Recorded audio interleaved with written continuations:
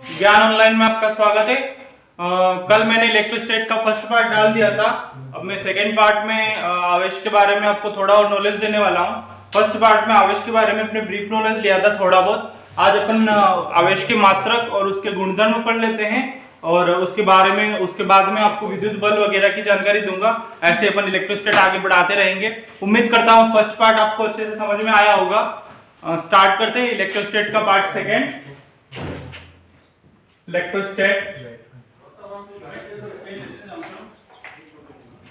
Electrostatics का part second में पहले मैं मात्रक बता देता हूँ आवेश को, जैसे मैं कल नहीं बता पाया। तो पहले आवेश के मात्रक देख लेते हैं।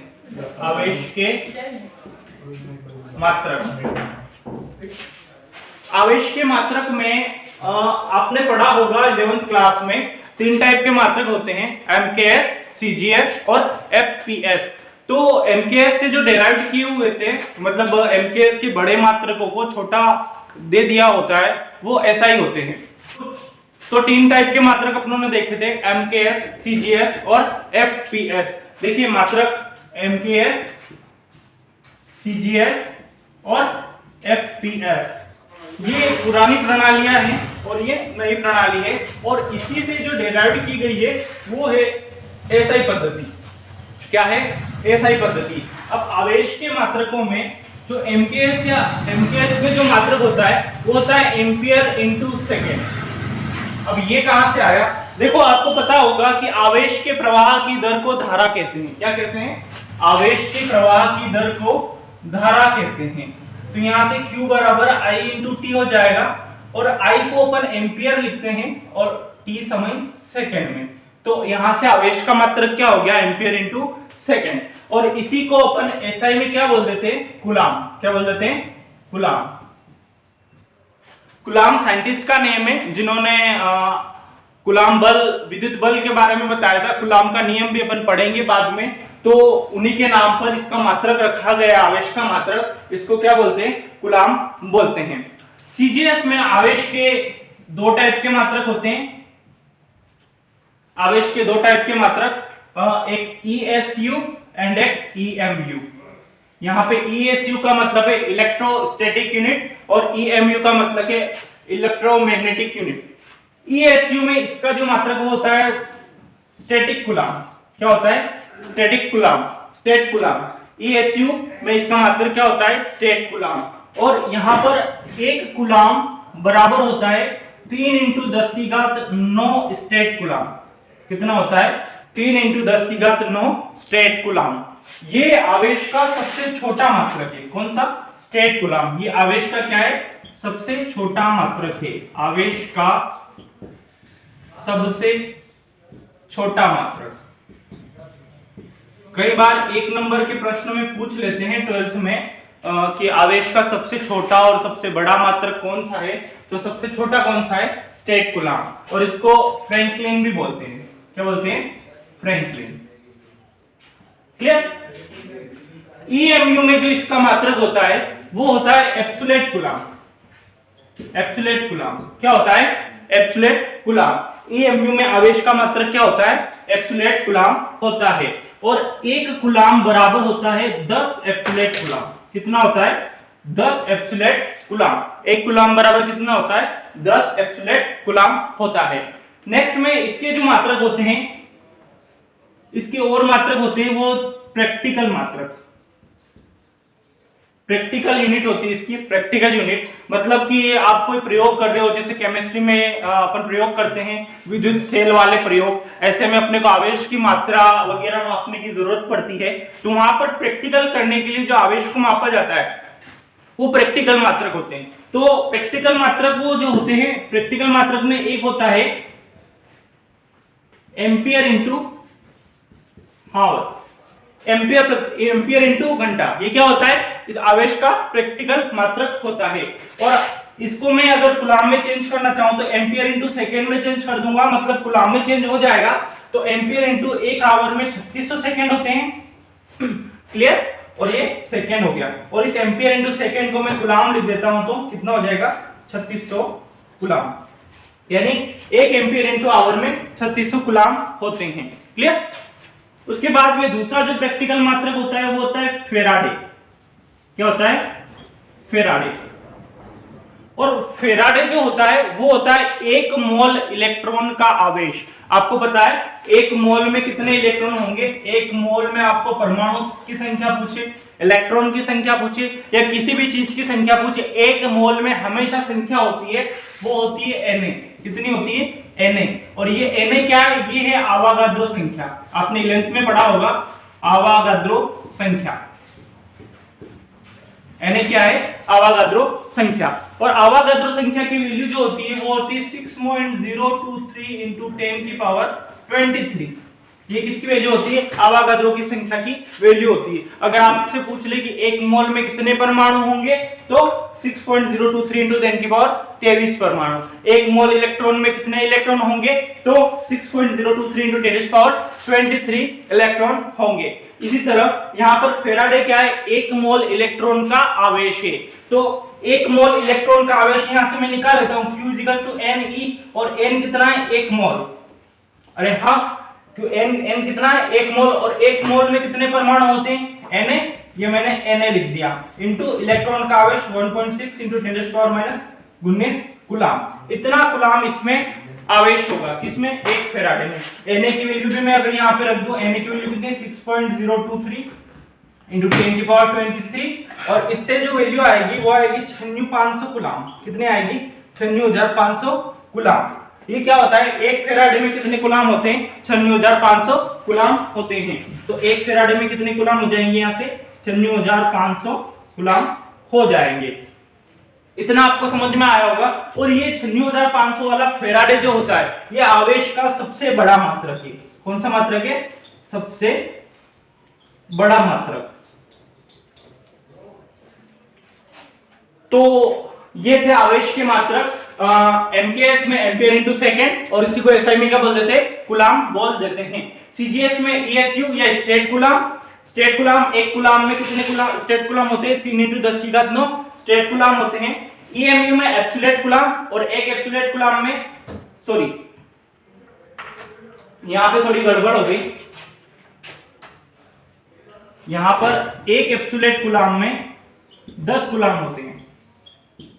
थोड़ा सा उल्टा हो गया था। 1 एब्सोल्यूट कूलाम में 10 कूलाम होते हैं। 1 एब्सोल्यूट कूलाम में कितने होते हैं? 10 कूलाम। न कि 1 कूलाम में 10 एब्सोल्यूट कूलाम। 1 एब्सोल्यूट कूलाम में कितने होते हैं? 10 कूलाम होते हैं। प्रैक्टिकल यूनिट में एम्पियर इंटू हावर, और हावर को मैंने यहाँ पे 3600 सेकंड लिख दिया। तो ये एम्पियर इंटू सेकंड को मैंने यहाँ से, एम्पियर इंटू सेकंड क्या होता है? कूलाम होता है एसआई में। तो एम्पियर इंटू सेकंड को मैंने कूलाम लिख दिया। यहाँ से कितना हो गया? 3600 कूलाम हो गया। फेराडे, फेराडे मतलब क्या होता है? 1 मोल इलेक्ट्रॉन का आवेश, और 1 मोल में कितने इलेक्ट्रॉन होते हैं? Na। और Na क्या होता है? 6.023 into 10⁻23, और उनका आवेश मैंने निकाल लिया। कितना आया? 96,500 कूलाम। तो 1 फेराडे में कितने कूलाम हो गए? 96,500 कूलाम हो गए। इतना आपको समझ में आया होगा। ये थे आवेश के मात्रक। इसके बाद मैं आपको बताता हूं आवेश के गुणधर्म। देखते हैं एक एक करके आवेश के गुणधर्म को समझते हैं। देखिए,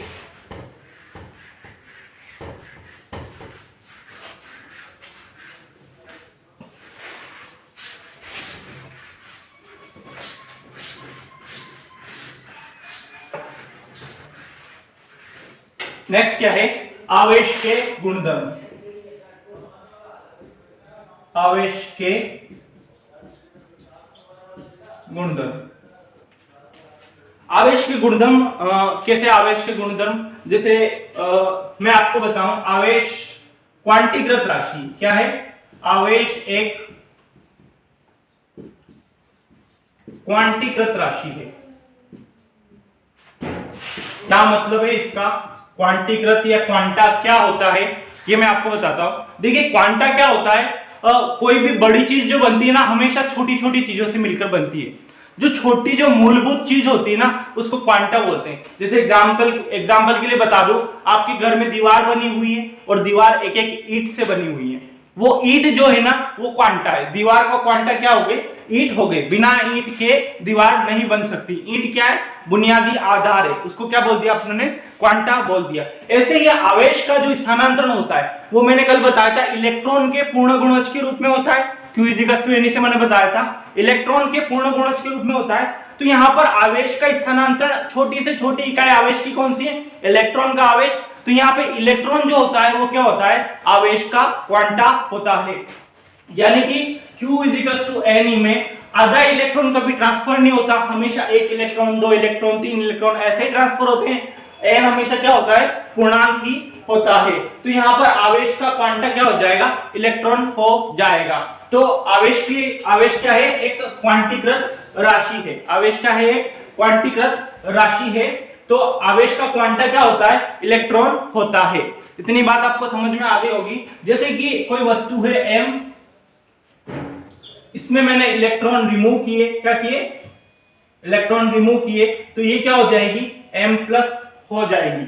इलेक्ट्रॉन रिमूव करने पर ये क्या हो जाएगी, M+ हो जाएगी। और अगर मैं इसमें इलेक्ट्रॉन को ऐड करता हूं, क्या करता हूं, ऐड करता हूं, तो इस पर कौन सा चार्ज आ जाएगा, नेगेटिव चार्ज आ जाएगा। अगर ये M उदासीन है मतलब क्या है, इसमें इलेक्ट्रॉन और प्रोटॉन की संख्या क्या है, बराबर है। इलेक्ट्रॉन और प्रोटॉन की संख्या बराबर है, इसमें से मैंने एक इलेक्ट्रॉन रिमूव किया तो इस पर कौन सा आवेश आ जाएगा, धनावेश आ जाएगा। और अगर इसमें मैंने एक इलेक्ट्रॉन ऐड किया तो इसमें कौन सा आवेश आ जाएगा, ऋणावेश आ जाएगा।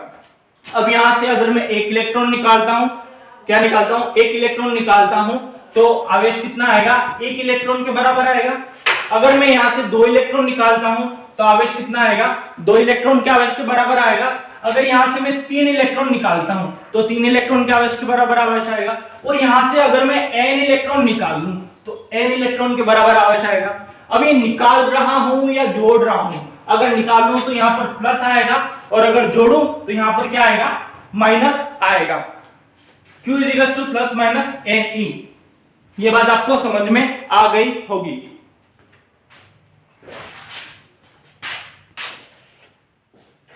तो यहां से Q इजिकल्स टू क्या हो जाएगा, प्लस माइनस Ne। ये मैंने आपको कल बता दिया था। आवेश एक क्या है, क्वांटीकृत राशि है। और क्वांटा का मतलब क्या होता है, किसी भी चीज का बुनियादी आधार। मतलब आवेश का स्थानांतरण हमेशा इलेक्ट्रॉन के पूर्ण गुणज के रूप में होता है। तो इलेक्ट्रॉन क्या हो गया, आवेश का क्वांटा। तो यहां पर मैं लिख देता हूं, आवेश का क्वांटा क्या होता है, इलेक्ट्रॉन होता है। आवेश का क्वांटा क्या होता है, क्वांटा इलेक्ट्रॉन होता है। क्या होता है, इलेक्ट्रॉन। यहां तक आपको क्लियर हो गया होगा। ऐसे ही ऊर्जा का भी क्वांटा होता है। वो क्या होता है, फोटोन होता है। मतलब ऊर्जा का स्थानांतरण हमेशा फोटोन के बंडल के रूप में या फोटोन के रूप में हो रहा होता है। ऊर्जा का बुनियादी आधार फोटोन, ठीक है। तो आवेश का क्वांटा क्या हो गया, इलेक्ट्रॉन हो गया। इसी तरह आवेश क्या है, एक क्वांटीकृत राशि है। तो यहां से एक फॉर्मूला मैंने कल डिराइव कराया था, Q equals two plus minus Ne। Q equals two क्या होता है, प्लस माइनस Ne। अगर n यहां पर पूर्णांक होगा, क्या होगा, पूर्णांक होगा, तो वो आवेश संभव होगा। क्योंकि कभी भी इलेक्ट्रॉन, आधा इलेक्ट्रॉन, 0.1 इलेक्ट्रॉन ऐसे ट्रांसफर नहीं होता। तो अगर ये पूर्णांक होगा तो ये वो आवेश क्या होगा, संभव होगा। और अगर ये भिन्नांक होगा या दशमलव में इसकी वैल्यू आ रही है तो ये क्या होगा, असंभव होगा। क्या होगा, असंभव होगा। कब, जब ये क्या हो, भिन्नांक हो। कैसे, इसके ऊपर एक क्वेश्चन करते हैं, उससे समझते हैं, ठीक है। जैसे क्वेश्चन है, क्वेश्चन क्या है कि कौन सा आवेश संभव है, कौन सा आवेश संभव है। इसमें पहला ऑप्शन जैसे 6.4 × 10⁻⁻18 कूलम, ये आपको दिया है। ये आवेश संभव है या नहीं है, ये आपको पता करना है। तो कैसे पता करेंगे, आपको आवेश दिया है, मतलब Q की वैल्यू आपको दी गई है। Q बराबर आपको पता है N × E होता है। और कैसे होता है मैंने समझा दिया आपको। Q बराबर आपको N × E होता है। E की वैल्यू आपको पता है, इलेक्ट्रॉन का आवेश आपको पता है, Q आपको पता है, और N निकाल लेना है। अगर N यहाँ पर पूर्णांक आता है, क्या आता है, पूर्णांक आता है, तो आवेश संभव होगा। और अगर N यहाँ पर भिन्नांक आता है तो आवेश संभव नहीं होगा। क्लियर। जैसे मैं निकालता हूं, Q की वैल्यू रख देता हूं 6.4 × 10⁻⁻18 कूलम, ये मैंने रख दिया, बराबर N × इलेक्ट्रॉन का आवेश 1.6 × 10⁻⁻19, ये मैंने यहां पर रख दिया। यहां से अगर मैं N निकालता हूं तो N बराबर हो जाएगा 6.4 × 10⁻18 अपॉन 1.6 × 10⁻19 कूलम। अब ये 10⁻19 ऊपर जाएगा तो 10⁻+19 हो जाएगा, 10⁻+19 हो जाएगा। 10 प्लस 19 और माइनस 18 कितना हो जाएगा यहाँ पर, ये हो जाएगा 6.4 इंटू 10, ओके, अपॉन क्या हो जाएगा 1.6। ये 1.6 से कितने बार जाएगा, 4 बार, तो यहाँ पर n की वैल्यू कितनी आ जाएगी 40। 40 पूर्णांक है, पूर्णांक के मतलब 40 इलेक्ट्रॉन ट्रांसफर हो सकते हैं। यहाँ पर अगर 40.2, 40.3 या 40.5 ऐसे कुछ आंसर आते तो वो भिन्नांक राशि हो जाती है, दशमलव में हो जाती, तो वो आवेश संभव नहीं होता। मतलब कि ये वाला आवेश क्या होगा, ये आवेश संभव होगा। क्या होगा, संभव होगा। ये बात आपको समझ में आ गई होगी कि कैसे आवेश संभव होगा और कैसे नहीं होगा। जैसे एक और एग्जांपल करते हैं इसके ऊपर। नेक्स्ट क्वेश्चन देखते हैं कैसे। जैसे मैंने एक आवेश दे रखा है, कौन सा आवेश संभव है वही निकालना है आपको। मैंने एक आवेश दे रखा है 3.2 इंटू 10⁻⁻20 कूलम, -20 कूलम, ये मैंने आपको दे रखा है। क्लियर। यहां पर आपको निकालना है कि ये आवेश संभव होगा या नहीं होगा। कुछ नहीं करना, Q बराबर क्या होता है, प्लस माइनस Ne। Q आपको दे रखा है 3.2 इंटू 10⁻⁻20 कूलम बराबर n आपको निकालना है, और इलेक्ट्रॉन का आवेश आपको पता है 1.6 इंटू 10⁻⁻19 कूलम। यहां तक क्लियर है।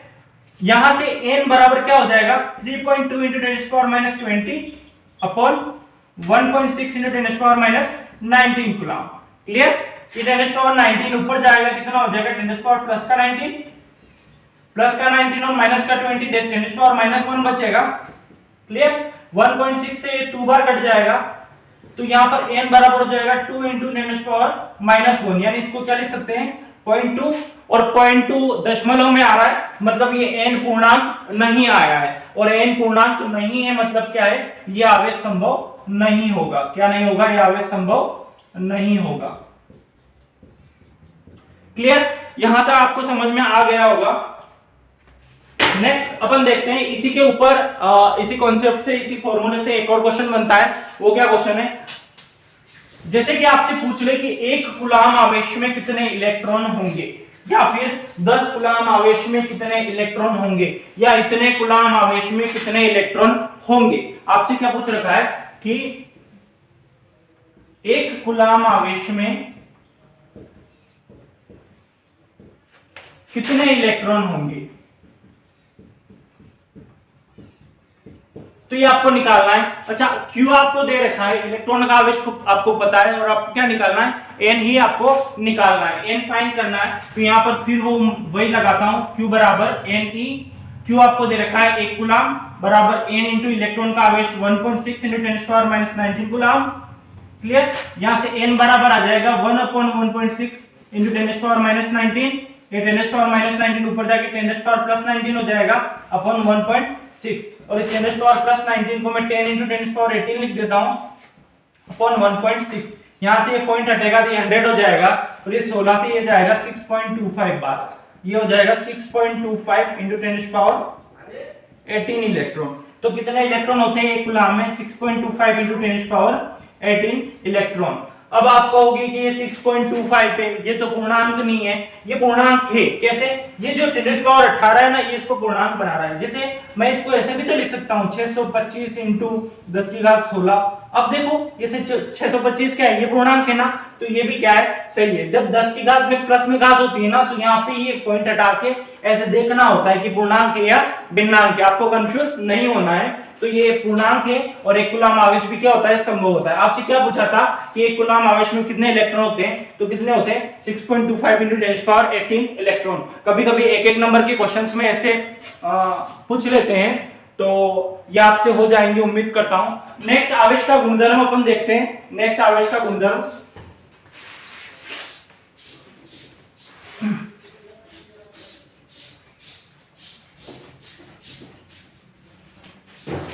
आवेश का जो दूसरा गुणधर्म होता है वो क्या होता है कि आवेश हमेशा संरक्षित रहता है। इसे आवेश संरक्षण का नियम भी कहते हैं। आवेश संरक्षण का नियम भी कहते हैं। क्या है, आवेश हमेशा संरक्षित रहता है।